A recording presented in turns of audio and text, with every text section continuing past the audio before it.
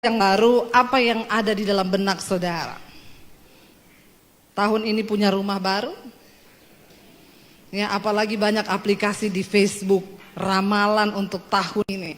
Banyak orang Kristen yang ngeklik, ya maka tahun ini engkau akan punya rumah baru, rumah impianmu seperti ini. Jangan terlalu banyak hidup dalam halusinasi. Ya. Ketika mendengar tentang dimensi yang baru, itu artinya kita akan bersiap masuk dalam dimensinya Tuhan. Dan saudara, dimensinya Tuhan itu ketika kita mau masuk, enak atau tidak? Halo? Masuk dalam dimensinya Tuhan enak atau tidak? Ya? Tidak? Tidak enak, berarti gak mau masuk? Mau. Ya, tidak enak buat daging, tapi membawa kita kepada kebahagiaan dan damai sejahtera. Biar kita mau bilang, Tuhan, di waktu-waktu yang sisa ini, biar kami mau matikan daging kami. Biar kami mau siksa daging kami untuk mencapai dimensinya Tuhan. Amin. Langsung saja kita buka yuk. 1 Korintus pasal yang kedua. Memasuki dimensinya Tuhan, menikmati berkat Tuhan, kita harus selaras dengan apa yang Tuhan mau dalam hidup kita. 1 Korintus pasal yang kedua ayat yang ke-6 mulai. Di sana dikatakan hikmat yang benar. Karena banyak orang Kristen katanya ikut Tuhan tapi hikmatnya tidak benar. Tidak hidup menurut jalannya Tuhan, tapi suhanya bikin jalan sendiri. Amin apa amin? Lalu kalau sudah jadi masalah, persoalan, baru datang sama pendeta. Saya sudah salah jalan, Bu. Ya. Ada orang yang datang sama saya, Bu Debbie, saya mau bunuh diri. Kenapa? Saya ditipu, Bu, 25 miliar. Saya bilang, itu uang semua? Atau campur daun? Uang semua, Bu, 25 M. Makanya saya pengen mati, bunuh diri, tapi gak tahu kenapa tiap mau bunuh diri bukannya ibu. Dalam hati saya pret. Saya bilang, ibu harusnya ingat saya waktu punya uang 25 M. Bukan saya mau minta itu uang, bukan. Ya, kalau saudara mau ambil keputusan apapun, tanya jalan Tuhan itu yang terbaik itu gimana. Kalau saudara tidak mengerti, tanya sama hamba Tuhan. Datang gini ya Bu Debbie, ini kan saya punya uang 25 M. Terus, ini saya mau ikut saham Bu. Maka saya akan tanya, ibu mau ikut saham untuk apa dulu? Pengen cepat kaya. Sudah baca ayatnya? Emang ada ya Bu? Ada. Belum tahu, saya bacakan. Barang siapa yang ingin cepat kaya, pasti akan jatuh dalam berbagai-bagai pencobaan. Itu sudah satu paket. Jadi selamat kalau sekarang ibu sedang menggenapi firman Tuhan. Kalau konseling sama saya jangan kecewa, jangan kepahitan. Karena saya ngomong apa adanya saja. Saya bukan tipe pendeta yang bermanis-manis di depan saudara. Ya, saya bilang apa adanya. Ibu sedang menggenapi firman. Siapa yang ingin cepat kaya jatuh dalam berbagai-bagai pencobaan. Nah, ini sedang ibu alami. Lah iya, terus gimana Bu? Ya berserah. Jangan tanya 25 M. Saya juga cekot-cekot mikirin 25 M, Ibu. Apalagi saya. Kebayang aja belum pernah punya uang 25 M di rekening. Saudara, hidup ini kita butuh hikmat Tuhan. Kenapa? Karena untuk bisa menikmati jerih payahmu di dunia ini pun engkau butuh anugerah Tuhan. Ada orang dikasih karunia untuk mencari banyak, tapi tidak diberi karunia untuk bisa menikmati dari hasil yang dia cari.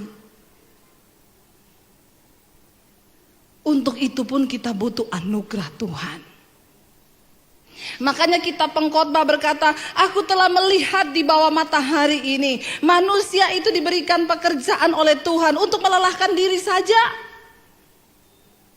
Sesungguhnya benar atau benar saudara, kita bangun pagi kerja, lalu kita tidur, capek, besok kerja lagi. Benar, Alkitab bilang, Manusia itu diberi pekerjaan hanya untuk melelahkan diri. Lalu kalau sudah lelah, pulang tidur, ngumpulin banyak, tapi belum tentu bisa dinikmati. Makanya saya suka bilang gini, jangan iri sama orang kaya. Karena yang berbahagia di dunia ini bukan orang kaya, tapi orang yang hidup dalam perkenanan Tuhan. Amin. Nggak usah iri, enak banget ya punya uang ya, wah miliaran. Tapi pikirannya juga cekot-cekot mikirin cicilan. Amin. Ya, orang kaya mikirin 10 M, otaknya pusing. Kita mikirin 10 juta, pusing nggak? Pusingnya sama nggak? Yang beda apanya? Nolnya. Jadi sesungguhnya manusia itu hanya ditipu oleh nol saja. Amin. Benar Alkitab bilang hidup ini adalah kesia-siaan. Makanya pengkhotbah mengingatkan akhir kata dari segala yang ditulis dalam kitab ini adalah hiduplah takut akan Tuhan.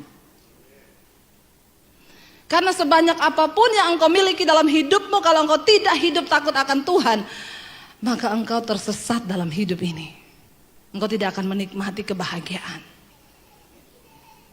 Orang yang berbahagia, orang yang hidup dalam perkenanan Tuhan, lalu dia bisa mensyukuri jerih lelahnya, seberapapun itu dia mensyukurinya, itu pun anugerah Tuhan.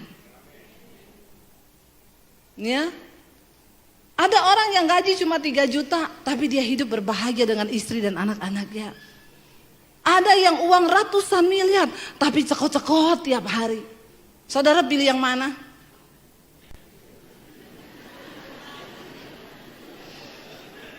Pilih yang ratusan miliar tapi tidak cekot-cekot, Bu.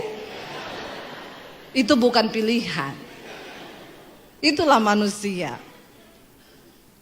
Apa sih artinya hidup ini? Saya satu kali naik taksi. Saya tanya sopir taksinya, Pak, udah berapa tahun jadi sopir taksi? Belum lama, Bu, baru 25 tahun. Pak, emang cukup jadi sopir taksi gajinya? Ya Bu, cukup tidak cukup itu kan tergantung kita. Saya punya anak sekarang sudah kuliah. Saya punya istri 1. Istri itu 1 aja. Nggak usah banyak-banyak bapak-bapak, amin. Apalagi ada simpenan-simpenan. Itu yang bikin cepet mati. Dengar ya bapak-bapak yang ada di sini ya. Kemarin tuh ada berita bupati yang mati di hotel lagi main sama pegawai biliar. Mati dalam keadaan begitu, saudara, coba. Itu udah nggak dapat anugerah. Alkitab berkata cari Tuhan selama ia berkenan ditemui. Karena ada saatnya Tuhan sudah tidak berkenan. Makanya jangan terus hidup dalam dosa ya. Engkau nggak pernah tahu sampai umur berapa engkau dikasih waktu. Engkau tidak pernah tahu kapan engkau mati, dengan cara apa. Ya, mati lagi di gereja, puji Tuhan, haleluya 12 kali. Tapi kayaknya jarang orang mati di gereja. Yang banyak mati lagi di hotel, terutama bapak-bapak.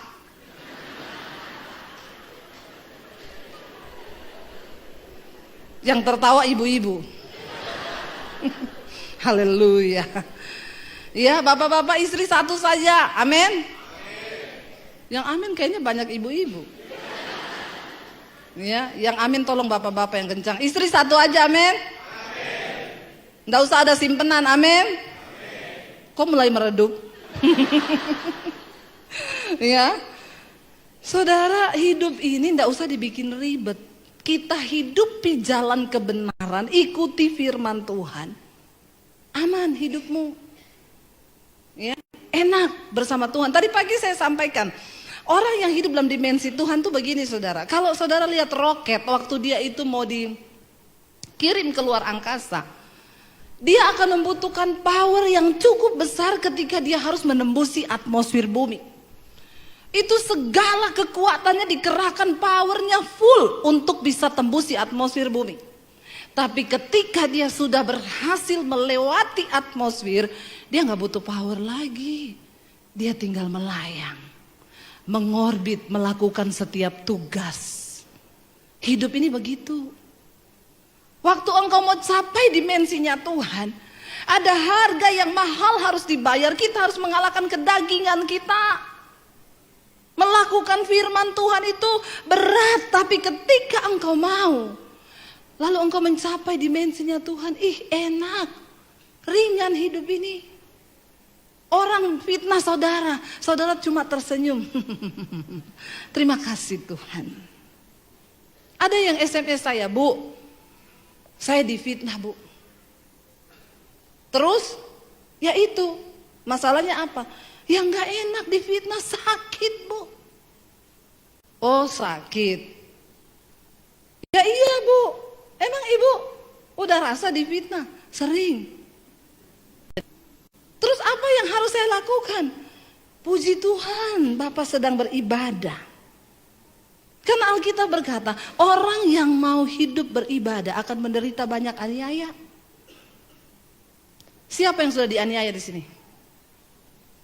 Yang belum dianiaya? Saya berdoa supaya saudara dianiaya. Karena itu tanda bahwa engkau sudah beribadah. Amin. Bu, mertua saya itu sama ipar menekan saya Bu. Lalu reaksi ibu apa? Saya tetap berdoa buat mereka. Bagus, puji Tuhan. Tapi ibu saya sudah tidak kuat. Ibu lagi beribadah. Sampai kapan Bu Debbie? Sampai ibu lulus. Lulusnya itu kapan? Waktu engkau disakiti mertuamu lalu engkau berkata, terima kasih Tuhan buat mertuaku yang manis ini. Itu engkau sudah lulus. Amin. Tapi jangan kau tanam tanaman lidah mertua depan rumahmu. Yang kayak pedang-pedang itu lidah mertua saudara. Lo enak, waktu engkau mau menembusi atmosfer itu berat. Tapi ketika engkau sudah di dalam Tuhan, hidupmu penuh dengan firman. Wow, gak ada yang berat di hidup ini, gak ada. Mau difitnah, haleluya. Mau ditendang, puji Tuhan. Kenapa? Apapun yang terjadi dalam hidup saya gak pernah sakit hati. Mau saya dibuang, mau saya ditipu, mau saya di apa, saya tahu. Kenapa? Prinsip saya.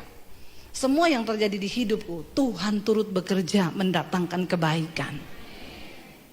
Tetapi saya difitnah, iya gak apa-apa. Karena hidup ini adalah proses. Amin. Jangan cuma banyak berteori tentang firman Tuhan, tapi hidupi firman itu dalam hidupmu. Dan jangan bikin jalan sendiri, ikuti jalannya Tuhan. Ada orang yang tanya, Bu, bagaimana supaya saya bisa mengalami Tuhan? Bagaimana saya bisa tahu jalan Tuhan? Bagaimana saya bisa dengar suara Tuhan?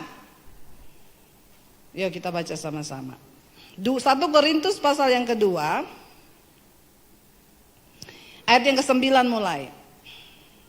Ayat ini ayat hafalan. Kalau saudara punya Alkitab pasti di stabilo orange. Ya, di sana dikatakan 1 Korintus 2 ayat 9, baca sama-sama 1, 2, 3. Tetapi seperti ada tertulis, apa yang tidak pernah dilihat oleh mata dan tidak pernah didengar oleh telinga dan yang tidak pernah timbul dalam hati manusia, semua yang disediakan Allah untuk mereka yang mengasihi Dia. Lalu kita imani ayat ini, yes, yes, yes. Lo kan belum pernah dilihat. Bisa jadi itu penderitaan. Amin. Kan belum pernah didengar. Bisa jadi itu caci maki. Karena itu Alkitab berkata, berbahagialah engkau apabila engkau jatuh dalam berbagai-bagai pencobaan, karena engkau tahu bahwa ujian terhadap imanmu itu menimbulkan ketekunan. Bahkan untuk menderita pun kita harus bersyukur, karena itu bentuk dari proses Tuhan. Tapi banyak orang Kristen gagal fokus. Kenapa? Karena engkau menilai berkat Tuhan itu hanya yang enak buat dagingmu.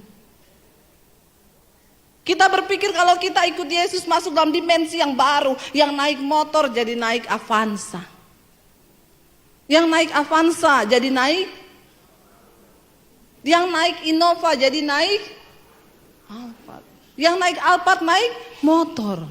Kena kutuk soalnya.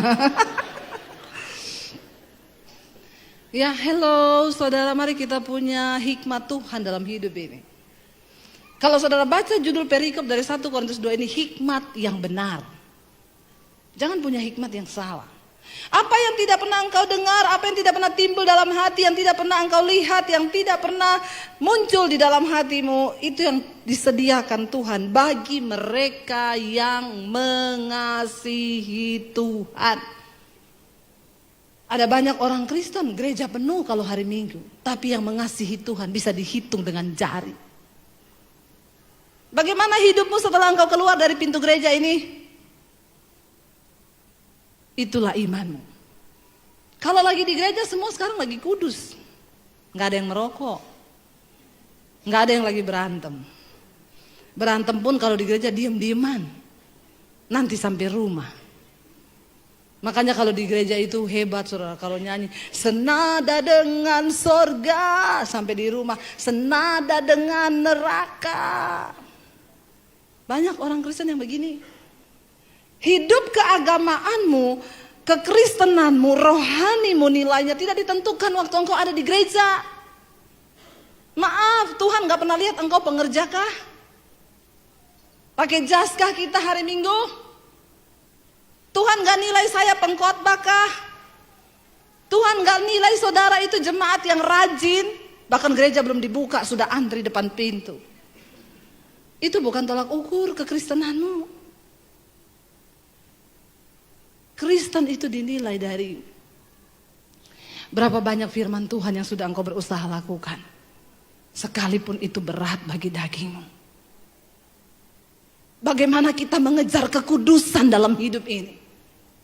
Bagaimana kita mau berkata, Tuhan, aku mau bertobat dari segala hal yang tidak berkenan, bawa aku masuk dalam perkenanan-Mu. Itu Kristen. Makanya satu kali ada jemaat yang tanya sama saya, Bu, Ibu kalau pelayanan di desa-desa banyak yang kerasukan, sering ya? Saya bilang, iya. Seringkali itu kalau di daerah masih puji-pujian, saudara, ada yang kerasukan. Lalu kita harus layani dulu pelepasan. Saya mau tanya Bu, kalau Ibu pelayanan di gereja-gereja besar, di jemaat besar, di kota besar itu Bu, ada nggak yang kerasukan? Saya bilang hampir tidak pernah ada. Nah itu dia Bu, saya mau tanya, kenapa Bu? Saya bilang, wah ini jadi pertanyaan juga buat saya. Lalu Roh Kudus kasih saya hikmat. Kenapa di gereja-gereja besar tidak ada yang kerasukan dan jarang? Karena di gereja besar, di kota besar, setan sudah tidak bekerja. Dia cuma kontrol. Hari Minggu, setan cuma ngintip depan pintu gereja. Penuh bro, penuh. Lancar, lancar coy. Lanjutkan, Setan gak takut kalau gereja penuh. Setan gak takut Anda rajin ke gereja. Setan takut ketika engkau mulai melakukan firman Tuhan. Setan takut ketika engkau mulai belajar hidup dalam kekudusan. Setan takut ketika engkau mulai berkata, Tuhan, apa kehendak-Mu bagi hidupku? Di situ setan akan gemetar. Ya, kenapa di kota tidak ada yang kerasukan? Setan bilang, dagingnya udah gede. Saudara, daging kita ini tidak ada hubungannya sama setan. Dengar baik-baik, daging kita ini tidak ada hubungannya sama setan. Dan Alkitab berkata, keinginan daging itu telah nyata. Galatia 5:19-21. Percabulan, kenajisan, hawa nafsu, amarah, kedengkian, iri hati, pertikaian, roh percederaan, ketamakan, kepentingan diri sendiri, itu daging. Dan ingat, daging kita tidak ada hubungannya sama setan. Ini daging. Makanya kalau ada orang selingkuh, jangan salahkan. Ada orang udah pelayanan selingkuh, saudara. Kenapa kamu sudah pelayanan masih selingkuh? Udah punya istri, punya suami. Iya Bu, gara-gara setan. Setan yang lihat saudara ngomong gini, ih enak di lu, sial di gua. Sampai setan bilang sama Tuhan, saya udah gak mau jadi setan Tuhan. Kenapa? Manusia lebih setan dari setan. Orang dia ngikutin dagingnya, dia salahin setan. Hello? Dengar baik-baik, setan tidak akan pernah bisa melakukan kehendaknya dalam hidup kita kalau engkau tidak bekerja sama dengan dia dalam pikiranmu. Dan ingat, percabulan, kenajisan, hawa nafsu, pertikaian itu bukan setan, itu daging. Amin. Makanya Rasul Paulus bilang, aku melatih tubuhku dan menguasainya seluruhnya, supaya jangan setelah aku memberitakan Injil, aku ditolak sama Tuhan. Satu-satunya yang bisa membuat Tuhan menolak kita adalah karena engkau hidup mengikuti perbuatan tubuh dan dagingmu. Amin. Bertobat saudara. Ayat ini berkata begini, tetapi ada tertulis apa yang tidak pernah dilihat, tidak pernah didengar, gak pernah dilihat oleh mata, tidak pernah timbul dalam hati, Tuhan sediakan bagi mereka yang mengasihi dia. Ayat 9 berkata bagi ayat 10. Karena kepada kita Allah telah apa? Menyatakan oleh Roh. Sebab Roh menyelidiki segala sesuatu, bahkan hal-hal yang tersembunyi dalam diri Allah. Apa itu Pentakosta? Roh Kudus turun kepada umatnya. Karena itu Alkitab berkata, dosa yang tidak terampuni adalah dosa menghujat Roh Kudus. Apa itu menghujat Roh Kudus? Bukan waktu saudara ngomong ini, apa itu gereja? Bukan itu. Menghujat Roh Kudus itu adalah ketika Roh Kudus berbicara dalam hatimu, mengingatkan engkau tentang dosa, lalu engkau tidak bertobat. Engkau terus hidup dengan dagingmu. Roh Kudus ngomong itu dosa, lu jangan selingkuh, itu dosa, kita tetap selingkuh. Kamu jangan jadi homo, homo itu dosa karena Tuhan menciptakan laki-laki dan perempuan. Kenapa kamu tetap jadi homo? Engkau menghujat Roh Kudus ketika engkau terus berbuat kenajisan itu. Roh Kudus sudah ngomong, jangan jadi pelakor. Karena itu tidak berkenan di mata Tuhan. Engkau terus hidup dalam dosa itu, engkau menghujat Roh Kudus. Waktu engkau ada dalam kepahitan, Roh Kudus bicara, ampuni orang yang menyakiti kamu. Karena firman Tuhan berkata, ampunilah orang yang menyakiti hatimu. Dan engkau tetap kepahitan, engkau menghujat Roh Kudus loh. Setiap hari Roh Kudus itu berbicara, mengingatkan kita tentang hukum-hukum Tuhan. Saudara baca Alkitab atau tidak, sebenarnya Tuhan menaruh hukumnya dalam hati manusia. Siapa yang mengingatkan? Roh Kudus. Dan ketika Roh Kudus bicara, engkau gak pernah dengar, tiap hari engkau hidup terus dengan dosamu, maka engkau sudah menghujat Roh Kudus. Dan hidupmu berjalan kepada kebinasaan. Itu dosa yang tidak terampuni. Amin. Siapa yang bisa menyelidiki Allah? Roh Allah itu sendiri. Sekarang kita mulai temukan ini. Bagaimana cara kita mengenal Tuhan, mengenal jalannya, mengetahui isi hati Tuhan. Ya engkau harus dipenuhi Roh Kudus. Hidupmu harus dipimpin oleh Roh Kudus. Namanya juga Roh Kudus. Pasti dia suka sesuatu yang kudus. Bukan rokok, kudus. Ya, amin saudara. Enggak usah tanya-tanya pendeta, Bu, merokok itu dosa atau tidak. Anda tahu kok. Orang di dus rokoknya ada ditulis, rokok itu membunuhmu. Ada yang tanya, Bu, di mana ayatnya dilarang merokok? Saya bilang di pom bensin. Baca di sana besar tulisannya. Jangan cari di Alkitab, terlalu kecil. Lo maksud ibu ngomong begitu apa? Kalau di pom bensin saja Anda tidak diterima, apalagi di sorga. Amin. Ya, jadi buat yang merokok, enggak usah tanya di mana ayatnya, baca di pom bensin. Kalau di pom bensin Anda tidak diterima, apalagi di sorga. Satu kali saya khotbah begitu di satu gereja, saya dikejar sama satu orang bapak, orang Ambon. Dia bilang, ibu pendeta. Saya menoleh ke belakang, sangar saudara, orang Ambon. Seng makan mati, makan seng juga mati dia. Lalu dia bilang gini, ibu tadi berkhotbah soal rokok. Iya, kenapa? Saya itu paling tidak suka kalau ada pendeta ngomong-ngomong rokok. Kan saya tidak minta uangnya ibu untuk beli rokok. Saya bilang, terus maunya bapak apa? Maksudnya saya panas saudara, baju saya ya. Dia bilang, tapi tadi ibu bilang, sedangkan di pom bensin saya tidak diterima, apalagi di sorga. Saya pikir-pikir itu masuk akal ibu. Ternyata seringkali kita nggak perlu khotbah ribet. Yang gampang aja orang masuk sebenarnya. Nggak usah pakai bahasa Ibrani, Yunani, jadi pusing jemaat. Itu biar untuk konsumsi kita sendiri saja yang belajar, amin. Nggak usah dikasih ke jemaat, nanti bingung. Dari bahasa Ibraninya rokok itu artinya. Semakin tidak pusing lagi dia. Dia bilang, jadi ketika saya dengar ibu bilang, jangankan di sorga, di pom bensin saja engkau tidak diterima. Saya pikir-pikir, betul itu ibu. Jadi hari ini juga saya sudah memutuskan tadi ibu, saya mau berhenti merokok. Lalu dia tanya, ibu punya tips ibu supaya saya bisa berhenti secara instan begitu? Atau ibu bisa tumpang tangan kepada saya? Saya bilang, saya tumpang kaki juga tidak bisa. Jadi bagaimana ibu? Jadi begini saja, bapak itu kan namanya iman itu berlatih pak, ya, nggak ada yang instan. Bapak berlatih. Hari ini bapak berhenti, besok iblis goda tuh, ambil lagi itu rokok. Ya, nanti kalau bapak berhenti merokok, bapak cium semua itu baunya rokok. Ya, biar bau masakan rokok. Orang lewat bau ketek rokok. Karena itu sakau saudara ya. Tapi bapak jalani aja itu proses pak. Terus bu, kalau saya kepengen ambil aja rokoknya. Terus hidupin, iya hidupin ya bu, iya. Tapi waktu bapak mau isep puter, apinya taruh di bibir.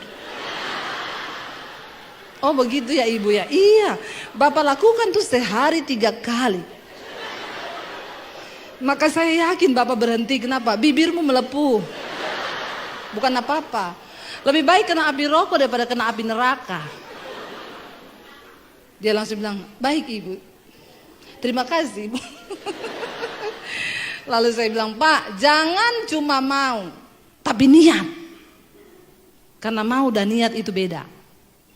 Ada orang-orang Kristen bilang, bu saya mau keluar dari dosa saya. Kamu mau atau niat? Iya mau bu. Kalau cuma mau percuma. Harus ada niat. Ada yang telepon saya, bu saya jatuh dengan teman kos saya. Akhirnya kami jadi pasangan lesbi. Saya dengar khotbahnya ibu, saya mau keluar dari dosa. Kamu mau atau niat? Mau bu. Kalau mau hari ini beresin pakaianmu, pindah tempat kos. Jangan kasih tahu dia di mana kamu pindah. Kayak gitu bu, iya. Niat kan? Kalau nggak niat, tetap aja tinggal di situ. Dan hari ini engkau berdosa dan engkau bilang, Tuhan, ampuni aku. Setelah engkau minta ampun, datang lagi, halo gimana? Berlakukan dosa lagi, Tuhan, ampuni aku. Engkau menghujat Roh Kudus. Amin. Ada yang konseling, bu, saya jatuh selingkuh bu. Apa yang harus saya lakukan? Mau bertobat? Iya. Niat? Iya. Blokir nomor HP-nya dia. Sudah bu. Terus dia telepon pakai nomor lain. Ganti HP-mu nomornya. Sampai seperti itu? Iya. Kamu niat? Iya niat. Jangan main-main dengan dosa. Kalau mau niat, niat. Amin. Nggak ada alasan. Supaya putus hubungan sama setan. Jangan nikmati dosamu. Ya, engkau tidak akan pernah masuk dalam dimensinya Tuhan. Lalu ayat ini berkata begini saudara. Ayat 11, siapa gerangan di antara manusia yang tahu apa yang terdapat dalam diri manusia selain roh manusia sendiri yang ada di dalam dia? Demikian pula lah tidak ada orang yang tahu apa yang terdapat dalam diri Allah selain roh Allah. Kalau engkau dipenuhi Roh Kudus, Roh Allah itu, maka engkau mengerti isi hati Tuhan. Engkau tahu kalau engkau melakukan ini Tuhan tuh berduka. Kenapa kita harus hidup dalam kekudusan? Bukan cuma supaya tidak masuk neraka, tapi supaya engkau tidak menyakiti hati Tuhan. Amin, saudara. Supaya ada damai sejahtera di hidupmu. Kenapa? Karena dosa itu pencabut damai sejahtera nomor 1 dalam hidup manusia. Percayalah saudara, bukan uang. Uang bukan jaminan segala-galanya. Tapi kalau engkau hidup dalam dosa hari ini, seberapa banyak pun uang, engkau tetap tidak damai. Beresin yuk hidup kita. Satu persatu. Kalau yang masih ada kepahitan, lepaskan pengampunan. Yang masih hidup dalam kenajisan, buang itu. Ngaku sama hamba Tuhan. Ya, tapi saya takut Bu, kalau di gereja nanti saya jadi gosip. Hubungi nomor telepon saya di bawah ini. Saya punya channel YouTube saudara, namanya Debbie Basjir TV. Jangan lupa subscribe, like, share, dan komen. Beberapa waktu yang lalu Tuhan suruh saya untuk bergerak di dunia media. Saya tidak pernah punya pikiran jadi YouTuber, enggak. Tapi saya pengen beritakan Injil. Lalu Tuhan mulai kasih dari yang sederhana, kita nggak punya peralatan canggih. Kalau di sini kameranya, canggih semua nih. Enggak, saya cuma pakai handphone waktu itu. Apa yang Tuhan taruh di hati, saya syuting, tayangkan lewat YouTube. Saya tidak menyangka saudara.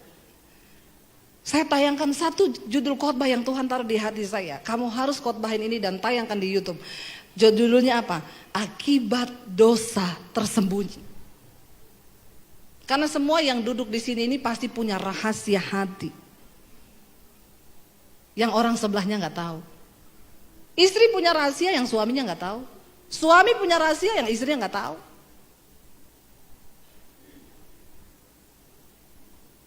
Tidak usah angkat tangan. Di dalam hati saja. Lalu saya tayangkan khotbah itu, yang nonton hampir 100.000. Tiba-tiba, Bu, minta nomor HP dong. Saya kasih nomor saya, 081567037795. Satu lagi, Bu, minta nomor HP, saya kasih. Kalau yang nonton 100.000, yang konseling seperapat saja. Sudah berapa itu saudara? Lalu HP saya tiba-tiba error. Bunyi-bunyi sendiri, ting ting ting ting ting ting ting ting ting ting ting ting ting ting. Saking yang konseling itu banyak. Tapi saya bahagia. Saya mulai konselingin satu-satu. Bu, saya ada dosa tersembunyi Bu, saya mau ngaku. Ada seorang homo yang mengaku sama saya. Saya homo Bu. Saya mau ngaku Bu, saya gini. Saya bilang puji Tuhan. Kalau kamu dengar khotbah saya lalu kamu tergerak untuk mengakui dosamu, itu artinya Roh Kudus bicara. Iya Bu, sejak saya dengerin khotbah Ibu, saya nggak tahu tiap malam sebelum tidur ada suara yang datang di telinga saya dan berkata, tinggalkan dosamu dan bertobatlah.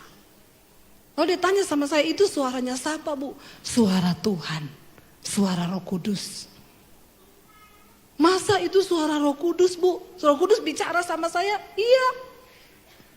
Karena tugas Roh Kudus yang pertama adalah menginsyafkan dosa. Jadi Bu, apa yang harus saya lakukan? Saya takut Bu. Lah iya, makanya bertobat.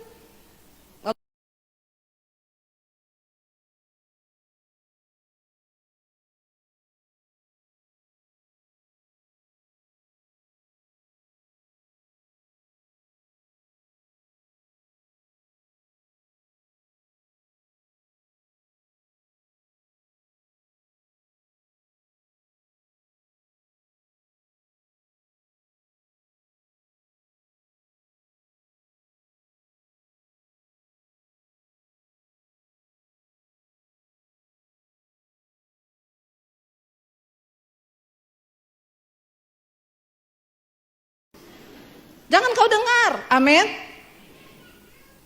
Apa yang engkau dengar hari-hari ini itu akan menentukan jalan hidupmu. Waktu saya sudah habis. Padahal baru pembukaan. 10 menit lagi boleh?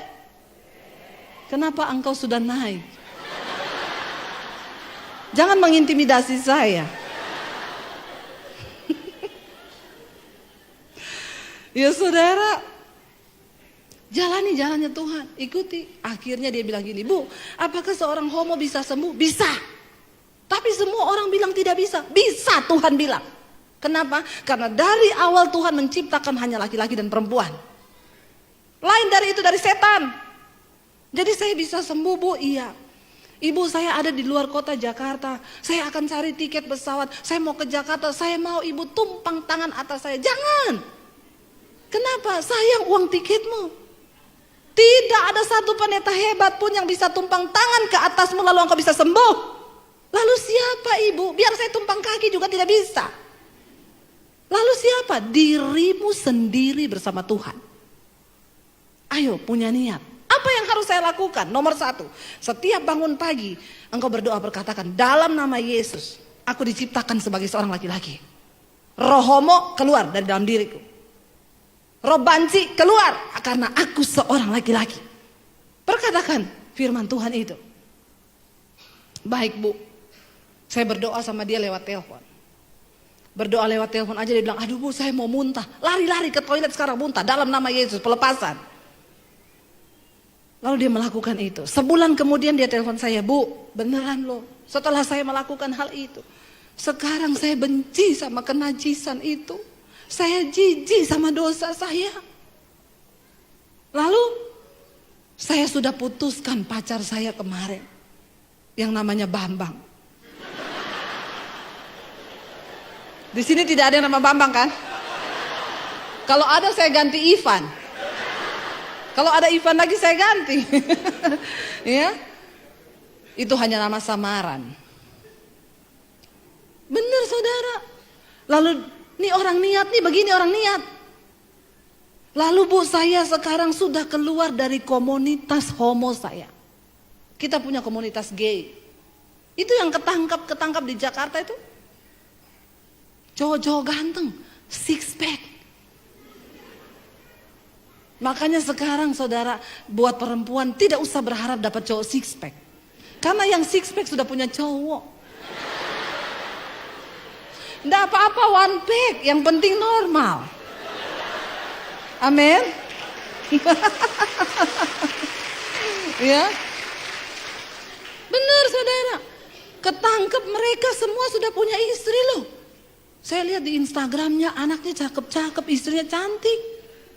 Ditanyai di polisi, bapak-bapak ini sudah punya istri cantik semua, kenapa masih main laki, cowok?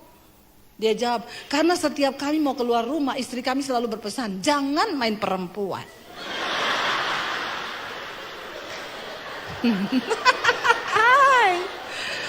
Astagfirullah. Subhanallah.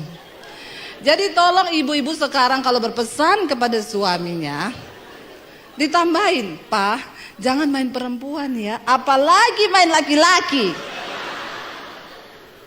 Karena dunia sekarang ngeri, setan itu merajalela dan daging kita ini yang bahaya. Amin. Sedikit lagi ayatnya ya. Ayat yang ke-12 berkata begini, kita tidak menerima roh dunia. Amin. Tetapi roh di sana dikatakan kita tidak menerima roh dunia, tetapi roh yang berasal dari Allah, ya, supaya kita tahu apa yang dikaruniakan Allah kepada kita. Anda sudah jadi Kristen berapa puluh tahun, sayang sekali kalau Anda tidak tahu apa yang dikaruniakan Allah bagi hidupmu.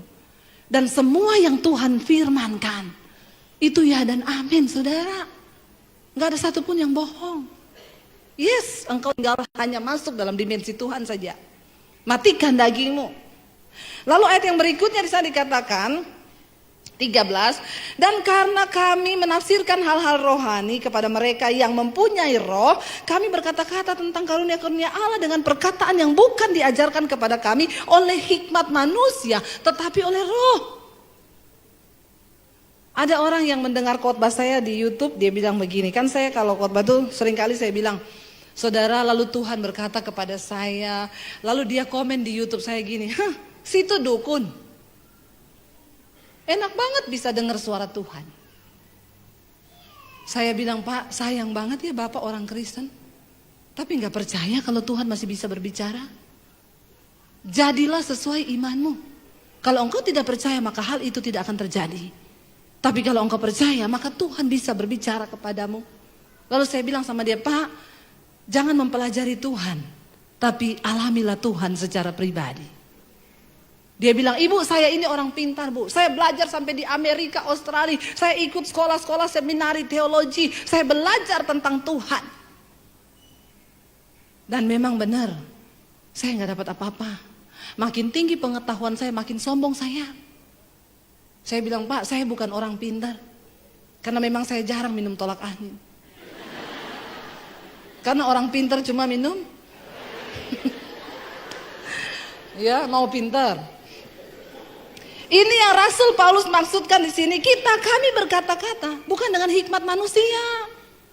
Kalau bicara teologi saya tidak ada titel sampai STHHH, MTH, enggak. Tapi saya mengalami Tuhan. Dan apa yang saya ajarkan saya terima dari Roh Allah. Itu tidak bisa dipahami secara manusia. Satu kali saya disuruh khotbah di depan dosen-dosen sekolah teologi dan rektor. Saya kaget, saudara. Diundang Natal, duduk satu meja bundaran. Waktu saya duduk, mereka semua menatap saya. Lalu ada satu orang bilang, Bu, kenalkan ini rektor sekolah teologi. Saya langsung duk. Shalom, Pak. Ini dosen bahasa Ibrani. Shalom, Pak. Ini dosen Yunani. Shalom, Pak. Ini, waduh, saya deg-degan, keringat dingin. Saya berdoa, Tuhan Yesus tolong. Karena khotbah di depan orang-orang seperti ini, dia akan lihat teologianya sampai di mana, penafsirannya salah. Saya berdoa, Tuhan, aku minta hikmat-Mu Bapa, Roh Kudus. Roh Kudus itu bicara dengan lembut. Kamu tidak usah berteori, ajarkan apa yang kamu alami bersamaku. Saya khotbah, saudara. Selesai khotbah, saya duduk. Rektornya diundang doa firman Tuhan setelah khotbah. Dia berdoa, Tuhan, terima kasih. Karena hari ini kami telah mendengar bukan manusia yang berkata-kata, tapi Tuhan sendiri. Saya nangis loh, saudara. Padahal tadinya saya sudah deg-degan dan gemeteran. Tapi ternyata waktu kita mengajarkan bukan hikmat manusia, Roh Kudus itu sumber hikmat, sumber pengetahuan, sumber segala-galanya. Dia yang menyelidiki apa yang ada dalam diri Allah. Dan kalau roh itu ada dalam diri kita, roh yang lebih besar dari segala roh yang ada dalam dunia ini, apa yang Anda gak bisa lakukan bersama dia? Engkau bisa keluar dari homoseksualmu, engkau bisa keluar dari ikatan lesbian, engkau bisa berhenti merokok. Perkatakan, roh yang ada dalamku lebih besar dari segala roh yang ada di dunia ini. Amin. Yang terakhir, benar-benar terakhir. Haleluya. Ayat 14, baca sama-sama dengan suara yang keras. Ini benar-benar terakhir. Ayat gongnya ini. 1, 2, 3. Tetapi manusia duniawi tidak menerima apa yang berasal dari Roh Allah, karena hal itu baginya adalah suatu kebodohan, dan ia tidak dapat memahaminya, sebab hal itu hanya dapat dinilai secara rohani. Banyak orang Kristen setiap minggu duduk di kursi gereja, tapi dia masih manusia duniawi. Sebab barang siapa mencintai dunia dan segala apa yang ada di dalamnya, maka kasih akan Allah tidak ada dalam dirimu. Apa yang ada dalam dunia ini? Cuma 3 hal. Keinginan mata, keinginan daging, dan keangkuhan hidup.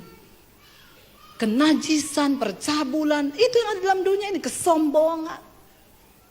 Dan kalau engkau mencintai dunia, maka engkau tidak akan pernah mengerti kehendak Tuhan. Engkau tidak akan pernah bisa masuk dalam dimensinya Tuhan. Saya berdoa biar hari ini kita semua mau mengalami dimensinya Tuhan. Mari kita bangkit berdiri bersama. Terima kasih Bapa, kami mengucap syukur untuk anugerah Tuhan dalam hidup kami.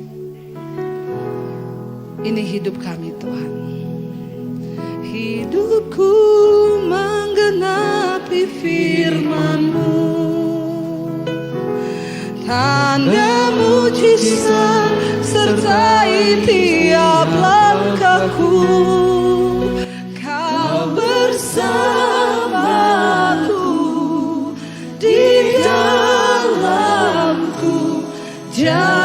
bukti